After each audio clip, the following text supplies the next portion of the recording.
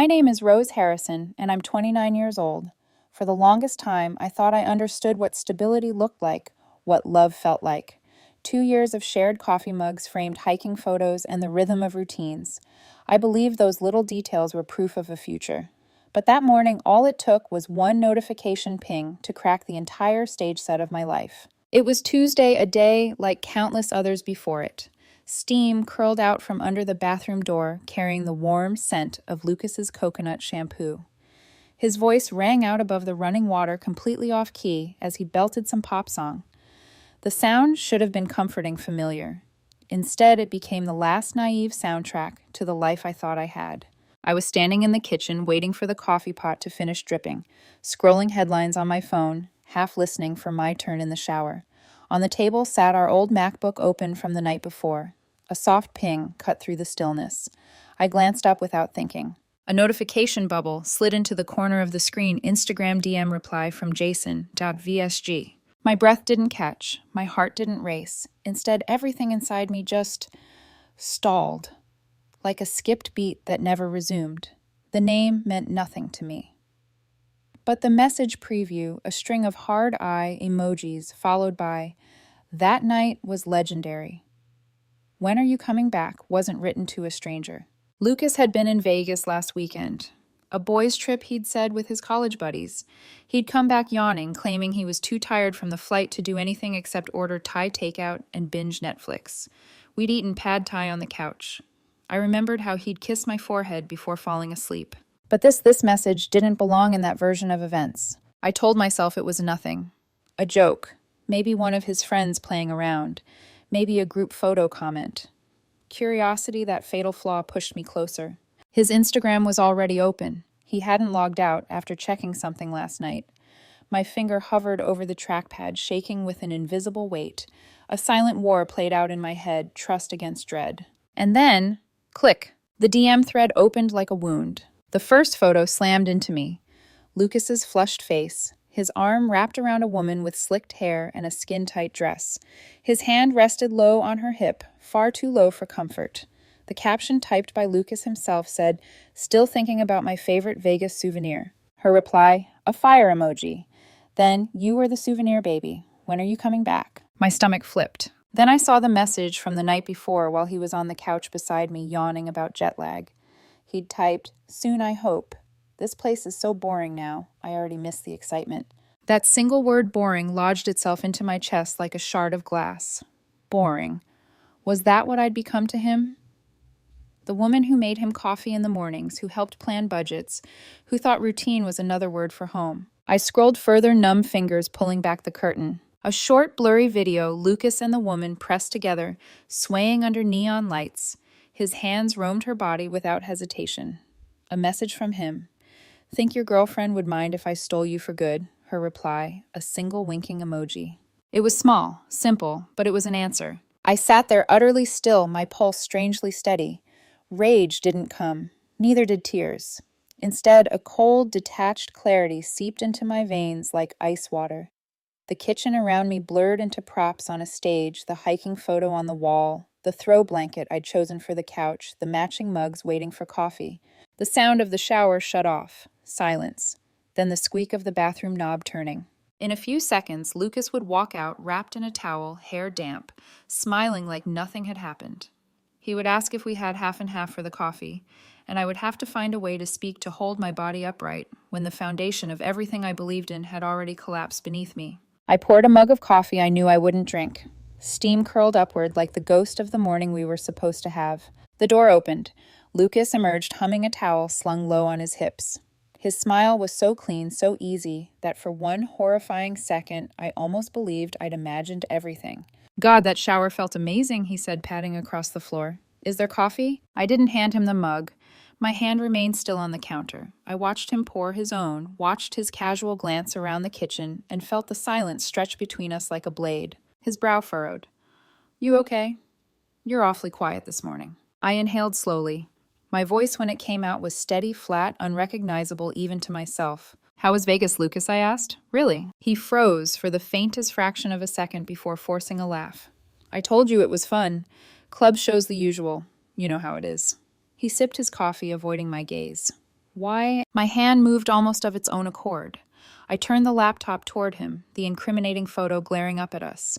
His arm around her waist. His smirk. His words. It looks like fun, I said evenly. Who's Jason? The mug slipped from his hand, clacking against the counter as coffee sloshed over the edge. His face drained of color. And in that moment, the morning ended. The stage lights dimmed.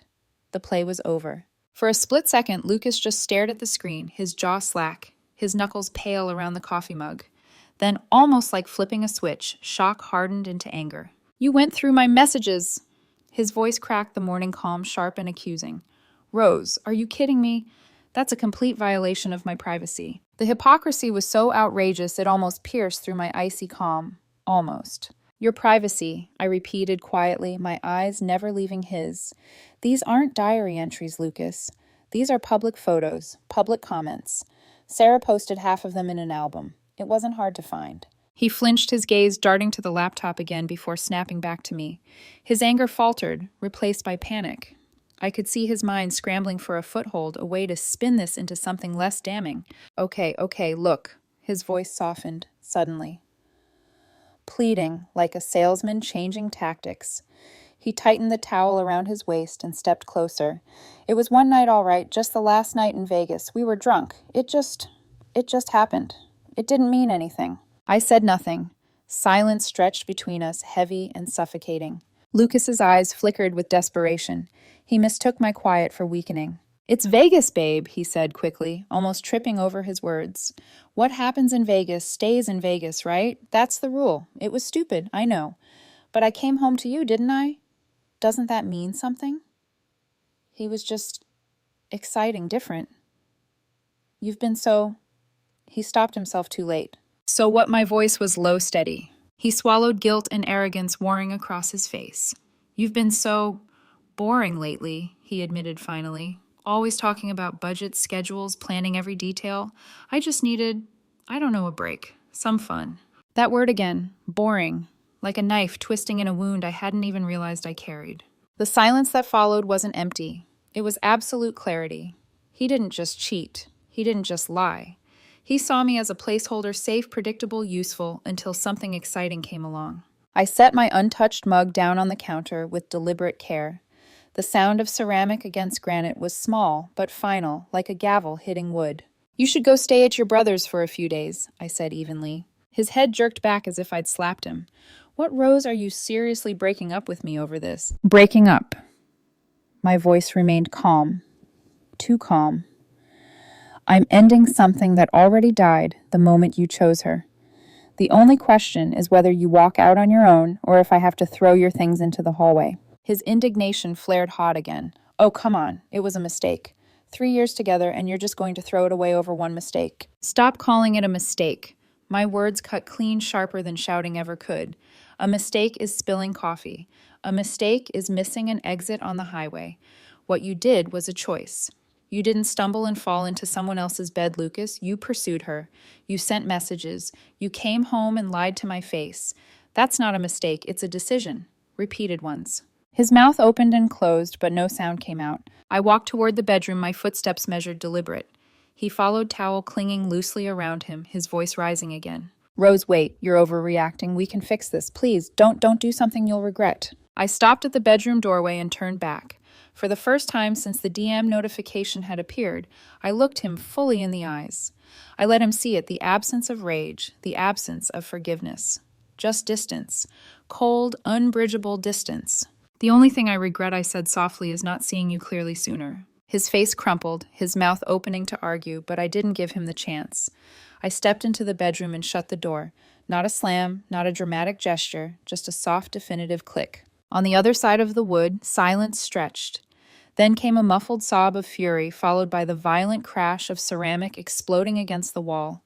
Coffee sprayed. Shards scattered. I didn't flinch. I walked to the dresser, pulled out jeans and a clean shirt, and set them on the bed. The sound of the front door slamming shook the apartment, vibrating faintly through the floorboards. And just like that, he was gone. The quiet that followed was almost sacred. I sat on the edge of the bed, my hands resting motionless in my lap. The numbness was still there, wrapping me like a protective shell, but underneath it, a new clarity stirred, an engine humming to life. I wasn't going to beg. I wasn't going to fight for scraps. I wasn't even going to rage. I was going to remove him from my life with the precision of a surgeon cutting out rot. By the time I stood, the decision was already solid in my chest. Lucas had made his choice. Now it was time for me to make mine. The silence after Lucas stormed out wasn't peaceful. Not yet. It was jagged, broken at the edges by the image of that mug shattering against the wall. Brown streaks of coffee ran down the white paint in crooked lines, fragments of ceramic scattered across the tile. It looked like a crime scene. A crime had been committed, just not against the wall. I stood in the doorway staring at the mess, feeling nothing. Not sadness, not rage, just absence. The same kind of blank numbness that comes after a sudden car crash when your body hasn't caught up to what happened. My first instinct was to clean it to restore order, but then I stopped. Why should I? The wall wasn't mine to scrub anymore. Neither was the chaos he'd left behind. Instead, I turned toward the bedroom. The closet smelled faintly of him, his cologne, his laundry detergent. I pulled open the sliding door and looked at the neat rows of shirts and jackets we'd once shared space for. Half of them were his. Without a second thought, I fetched a stack of flattened cardboard boxes from the storage locker we kept in the hallway. We'd save them for moving someday. I laughed under my breath at the irony. That someday had arrived, just not the way either of us imagined. One by one, I folded the boxes open, taping the bottom shut with sharp, ripping sounds that echoed in the still apartment. And then I began. Lucas's clothes went first. Sweaters folded, jeans stacked. His black leather jacket, the one he wore on our first date, laid carefully in the bottom of the box. My hands moved like they belonged to someone else, detached and efficient. Next came his shoes, lined up neatly soles to soles, his sneakers still dusted with sand from the Vegas trip. My stomach twisted, but I didn't let myself stop. The bathroom was next. His razor, his deodorant, his half-empty bottle of cologne, all swept into a box. The scent clung to my fingers. I washed them twice, but it didn't fade. In the kitchen, I cleared his brand of protein powder from the cupboard. The hot sauces he claimed I never used enough of the whiskey bottle he saved for guys' nights. Each item was placed carefully, deliberately. There was no satisfaction, no revenge, just the cold rhythm of removal. By mid-afternoon, the apartment was littered with sealed boxes stacked by the door. 6 in total. His entire life with me, reduced to cardboard and tape. The apartment already looked different, emptier, stripped down like a stage after the play ended, and the set pieces were wheeled away. Our framed hiking photo came last, the one we'd taken on a trail in Yosemite, both of us grinning with dirt on our faces. I slid it into the final box, face down. That was the moment the numbness cracked. Just a hairline fracture, but it was enough for something sharp to slip through. I sank onto the couch, staring at the empty space on the wall where the photo had hung. How many mornings had I sat right here sipping coffee, believing in us, believing in him? I pressed my palms hard against my eyes, but no tears came. The ocean of grief was there. I could feel it vast, heavy, but it was sealed under ice. For now, the ice was holding. When I finally moved again, it wasn't toward the past. It was toward logistics. I opened the laptop, the same laptop that had betrayed him to me, and began cutting ties. Streaming accounts password changed. Shared bills accounts split. Rent. I transferred my half for the month with a note to the landlord. Then I added one more line, I'll be vacating. The cursor blinked, daring me to erase it. I didn't. I pulled up a listing site, scrolling through apartments until one caught my eye. A furnished studio available immediately. It was small and personal, sterile. Exactly what I needed. The virtual tour showed white walls, a narrow bed, a desk by the window. No personality, no history, just space. I sent a deposit within 10 minutes. By evening, my plan was set. I walked through the apartment one last time, surveying the stripped shelves, the cleared counters. The air felt thinner somehow, as if Lucas's absence had already changed the oxygen. The kitchen wall still bore the brown streaks from the shattered mug. The shards glinted under the overhead light, like tiny mirrors reflecting back the wreckage. I left them there, let him clean his own destruction. That night, I slept on the couch. The bedroom felt contaminated, too full of memories I wasn't ready to breathe in. I lay there staring at the ceiling, listening to the hum of the refrigerator. The numbness cocooned me, keeping the worst of the pain at bay. But I could sense it waiting like a dark tide pressing against the ice. It would come eventually. For now, though, there was only one thought echoing through my mind. Lucas made his choice, and I'm making mine. The apartment felt hollow the next morning. 6 sealed boxes stood like tombstones by the door waiting for him. I made coffee, though I didn't drink it. The steam curled upward, a ritual ghost of normalcy. My phone buzzed. Lucas 9:17 a.m. Are you serious right now? Kicking me out over one mistake? This is insane. I stared at the screen expressionless. He expected me to respond, to argue, to fight. Fighting was still engagement. Fighting meant I still cared. I set the phone down without replying. An hour later, another buzz. Lucas 10:22 a.m. Fine. If you want to act immature, go ahead. But I'm not apologizing for something that didn't even matter. Not matter. The words were absurd. The images on the laptop, the fire emojis, the kiss-faced replies, they mattered enough to fracture everything. He was rewriting the script, trying to cast himself as careless instead of cruel. By afternoon, the tone shifted. Lucas 2:48 p.m. Look, I'm sorry. Okay, I lost control for one night. Please, Rose, let's talk about this. I held the phone, rereading the line. Not because it softened me, it didn't, but because I recognized the pattern. Denial, then anger, then bargaining. He was moving through stages of grief for something he hadn't even valued enough to protect. The messages kept coming. Lucas 6:11 p.m. Can we start over? I love you. You know I love you. Don't throw everything away. Lucas 11:32 p.m. Please answer me. I can't sleep. I need you. Each vibration of the phone was a test, a trap. He wanted proof he still had access to me, that I would still rush to soothe him even after he'd called me boring and thrown me aside. I didn't answer. For 2 days, the flood continued. Anger, guilt, sweet talking, then rage again. He cycled through emotions like a gambler swapping slot machines, hoping one would hit the jackpot. On the third morning, I blocked his number. The silence that followed wasn't empty, it was clean. A silence that belonged to me. I moved into the studio apartment that afternoon. My belongings filled the narrow space quickly. Books on the shelf, clothes in the dresser, a single potted plant by the window. The bedspread was scratchy, the lighting too bright, but the air was mine. That first night, I lay in bed listening to the faint traffic outside. No humming in the shower, no clinking mugs in the kitchen, no half-heard phone calls about Vegas, just quiet. The ocean of grief still pressed beneath the ice. I could feel it waiting, but I also felt something else, strength. A strange, steadying power in knowing I hadn't broken. A few days later, my best friend Marina came over with Thai takeout. We sat cross-legged on the floor, cartons spread between us. She studied my new space, her expression unreadable. It's small, she said, finally offering a faint smile, but it feels like you. I exhaled, realizing how much I'd been bracing for judgment. It's temporary, I told her. A reset. She reached over, squeezed my hand. You did the right thing. But, Rose, be careful. Men like Lucas don't crumble when you leave them. They scheme. They circle back. Her words lingered long after she left. I knew she was right. Lucas wasn't the type to vanish into regret. He was the type to test every lock on the door until one clicked open.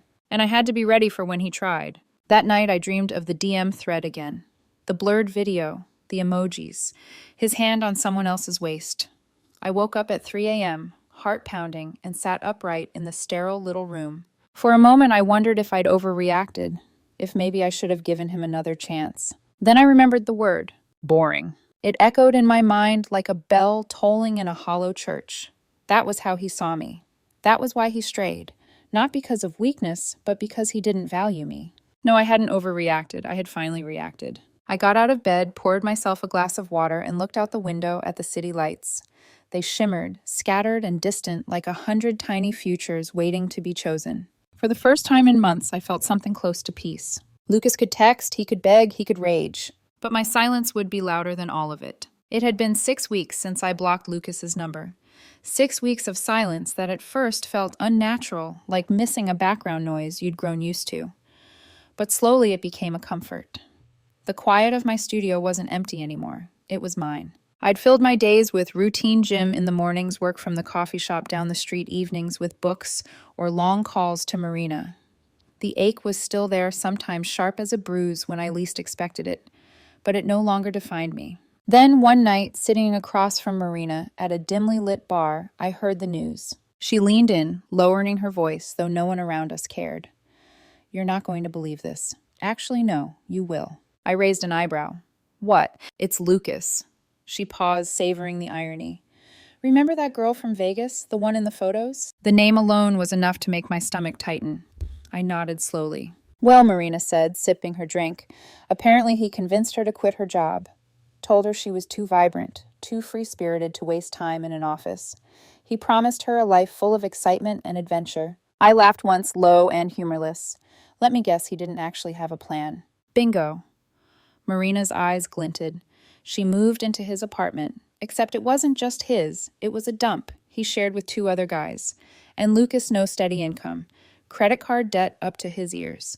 They spent nights clubbing, drinking, burning money he didn't have. Within 3 weeks, it all crashed. I pictured it Lucas pacing the floor, jealousy simmering, when she so much as smiled at another guy. The fun turning sour. Marina leaned closer. He started yelling at her for dancing with other people, picking fights in clubs, possessive, paranoid. And then he just left. Packed a bag while she was out, changed the locks, blocked her number. She came home to find herself stranded. No job, no money, no place to stay. I felt my lips press into a thin line. Her voice softened. Her sister had to wire her cash for a motel until she could book a flight home. Total humiliation. I sat back, letting the story settle. There it was, the inevitable collapse. Lucas had traded stability for fireworks, and fireworks always burned out fast. But what struck me wasn't joy. It wasn't even vindication. It was confirmation. He hadn't betrayed me for something better. He'd leapt toward a fantasy and landed on jagged rocks. The life I'd built with him wasn't boring, it was solid. He just hadn't known how to value solid. Marina studied me carefully. So, how does it feel hearing all this? I swirled the ice into my glass, listening to it clink. Like watching a storm hit a town I don't live in anymore. She blinked, then smiled faintly. That's actually perfect. I shrugged. His consequences are his. They don't belong to me. But later that night, lying in bed, I couldn't help imagining her face, the woman from the blurry video. Did she feel the same punch of betrayal I had? Did she wonder how she'd been so foolish to trust him? Did she hear the word boring, tossed like a knife when he wanted to cut her down? For a flicker of a moment, I felt pity. Then I remembered her wink emoji, the way she'd affirmed his betrayal. She'd chosen him knowing he belonged to someone else. And in that choice, she'd tied herself to his downfall. I rolled onto my side, staring at the shadows across the wall. Pity was a luxury I couldn't afford. A few days later, Marina texted me again. Marina, 11:02 p.m. Guess who's back in town? Saw Lucas at the grocery store. Looked rough. Like, really rough. I didn't reply. But I thought about it. Lucas wandering aisles under fluorescent lights, his charm faded, his plans unraveled. Maybe he bought instant ramen, maybe a cheap six-pack. Maybe he thought of me when he reached for the mug aisle and remembered the one he'd shattered. None of it mattered. I wasn't his audience anymore. The life he'd wanted, fast, thrilling, reckless, had turned on him. And the life I was building, quiet, deliberate, steady, was finally mine. For the first time since Vegas, I fell asleep smiling. Not because he'd fallen, but because I'd walked away before the fire reached me. The first attempt came late at night, weeks after Marina told me about his collapse. My phone buzzed on the nightstand, an unfamiliar number. Unknown number 10. 14 p.m. Rose, it's me. I'm so sorry. I made the biggest mistake of my life. She was a disaster. You were right about everything. Please, can we just talk? I stared at the screen in the dark. My apartment was quiet, except for the hum of the refrigerator. The words didn't sting the way they once would have. They just looked small. I deleted the message without replying. The next evening, another number. Unknown number 8, 37 p.m. Please, Rose, don't ignore me. I know I hurt you. But I can change. I've changed. You're the only one who ever really loved me. I watched the 3 dots appear, vanish, then reappear. His desperation bled through every character. For years, I would have folded at words like those would have bent myself backward to prove him right, to prove myself enough. Now the silence was easier. I let the phone go dark. By the end of the week, he had tried 3 different numbers. Each time the messages grew more frantic. Apologies, declarations, threats, disguised as pleas. Unknown number 12, 01 a.m. If you don't answer me, I'll show up at your place. We need to talk. That one made my pulse quicken. He didn't know where I lived, at least I didn't think he did. I blocked the number anyway. For a few days, nothing. Then the next wave arrived. This time it wasn't from him. Jessica, 6:42 p.m. Lucas's sister. I hesitated before answering, then swiped. Hello. Her voice was clipped accusing from the first breath. Rose, I don't know what happened between you two, but Lucas is wrecked. He's been through hell. The decent thing would be to at least hear him out. I closed my eyes, gripping the phone tighter. Jessica, I said evenly, what happened between your brother and me isn't your business. You don't understand, she pressed. He's sorry. He made a mistake. We all make mistakes. Don't you think you're being a little cold? Cold. The word slid under my skin, not because it was wrong, but because it was finally accurate. My voice stayed calm. Jessica, your brother's choices are not my responsibility anymore. Please don't call me again. Before she could argue, I ended the call. Blocked her too. The silence that followed was heavier than the others had been. Not because I doubted myself, but because I realized something vital. Lucas wasn't just trying to reach me. He was recruiting allies, pulling strings, sending out flying monkeys to soften me. Marina had been right. He wasn't going to crumble. He was going to scheme. That night, I locked my apartment door and checked it twice. The next week passed without incident. I went to the gym I worked. I slept. The rhythm felt safe again. Until Saturday. I was at my favorite coffee shop headphones and typing away on my laptop. The late afternoon sun slanted through the window, warm against my shoulders. The smell of roasted beans and cinnamon was thick in the air. A shadow fell across my table. I looked up and there he was. Lucas. For a heartbeat, my chest went hollow. He looked diminished. His once polished hair was unkempt. His shirt-wrinkled eyes ringed with dark circles. The swagger that used to fill every room he entered had drained out of him. Rose, he said softly, voice trembling. Hi. I pulled my headphones out slowly, my face composed, unreadable. Lucas. His lips quirked into a hopeful smile that didn't reach his eyes. Can I sit? I didn't answer right away. I gave the faintest nod. He sank into the chair opposite me, folding his hands like a nervous interviewee. For a moment, neither of us spoke. The noise of the cafe seemed to close in around us, muffled and distant. I miss you, he said finally. His voice cracked. I miss us. What I did was unforgivable, I know, but I've been punishing myself every day. That woman, it was nothing. She was nothing. You were everything. You are everything. I stared at him across the table, my expression steady.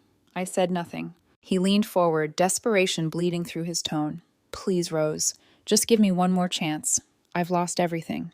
My job, my apartment, my dignity. You're the only good thing I ever had. Don't let me ruin this. I let the silence hang heavy as lead. His eyes flickered with the first spark of frustration. Are you just going to sit there after everything we shared? After 3 years? I'm pouring my heart out, and you can't even look at me. Finally, I spoke. My voice was low, even. You didn't lose me because of a mistake, Lucas. You lost me because of choices. A series of them. He blinked, stunned, as if the clarity of my words had pierced through his rehearsed lines. What happened in Vegas didn't stay in Vegas, I continued. It came home with you, into our kitchen, into our bed, into every lie you told. That's where you lost me. His mouth opened, but no words came out. I closed my laptop gently, the soft click final as a coffin lid. You asked me to be happy for your happiness with her. So I removed myself. And in doing that, I found mine. Tears welled in his eyes. His lips trembled. Please, Rose, don't do this. Don't walk away. But I was already standing. I slid my bag over my shoulder, my voice steady and calm. I already did. And then I walked past him, the bell above the coffee shop door jingling as sunlight spilled across my face. I could feel his eyes on my back as I walked toward the door, each step cutting the tether that once bound us. The cafe bell jingled as I pushed through sunlight spilling across my face. Rose. His voice cracked behind me, desperate louder now. The chatter in the cafe dipped for a moment. I froze mid-step, then turned slowly. He was on his feet, eyes wet, trembling like a man pleading at an altar. For the first time, I saw him not as Lucas, my boyfriend of 3 years, but as a stranger. A stranger who had broken into my life, stolen my trust, and was now trying to sell me a version of himself that never existed. I stepped back toward the table, not to sit, but to stand across from him, our eyes locked. You keep saying it was a mistake, I said quietly, though my words carried across the cafe, like a blade slicing through the hum. But it wasn't. It was a choice. A series of choices. Each one told me exactly who you were, and I listened. He shook his head violently, hands splayed on the table as if he could pin me there. No, you're wrong. I was lost. I was stupid. But I love you, Rose. That has never changed. Love. The word slipped out of me like a bitter laugh. You don't call someone you love boring.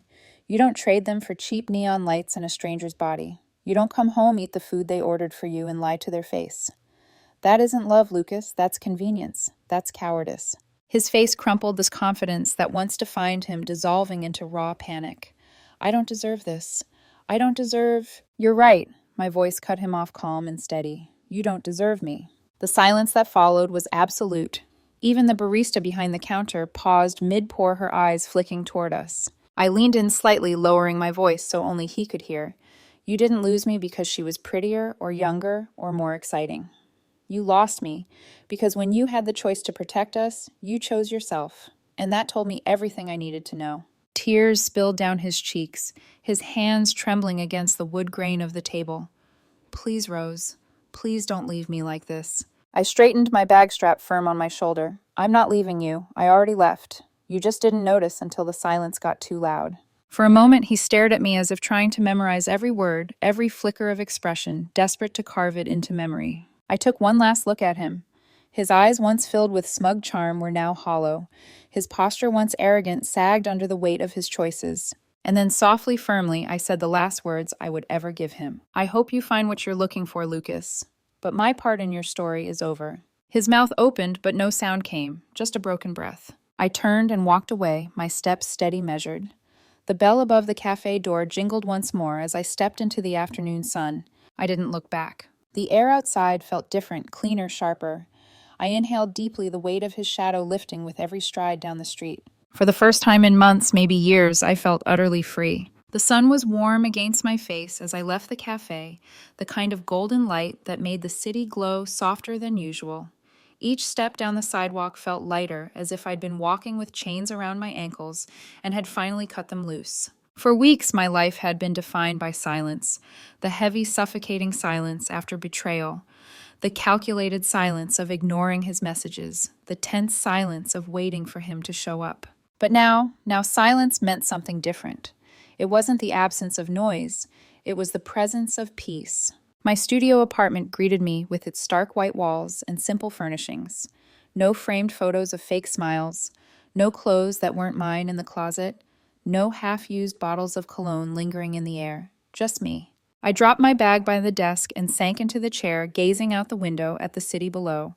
People hurried past with grocery bags, dogs on leashes, earbuds in their ears, each of them wrapped in their own story.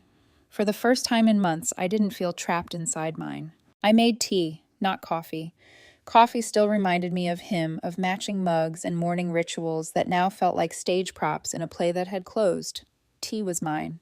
The steam curled upward, carrying no ghosts with it. I curled up on the bed with my notebook flipping to a blank page, my handwriting stretched across it slowly, deliberately. Things I want to do.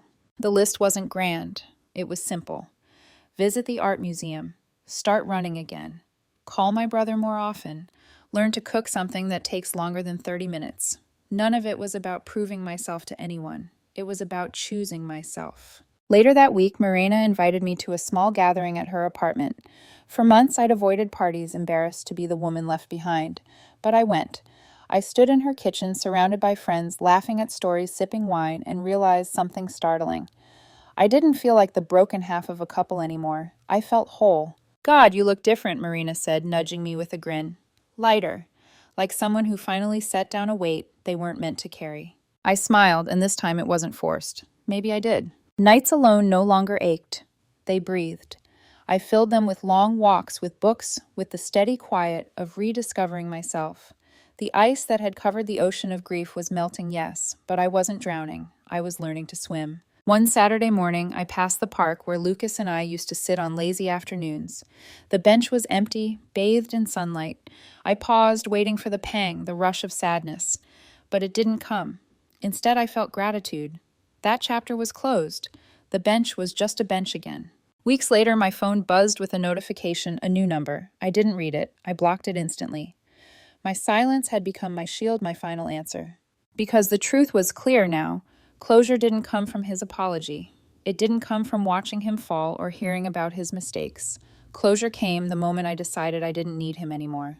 That evening, I walked through the city, the streets alive with weekend energy. Music spilled from open bars. Laughter floated from sidewalk tables. Neon lights flickered against brick walls.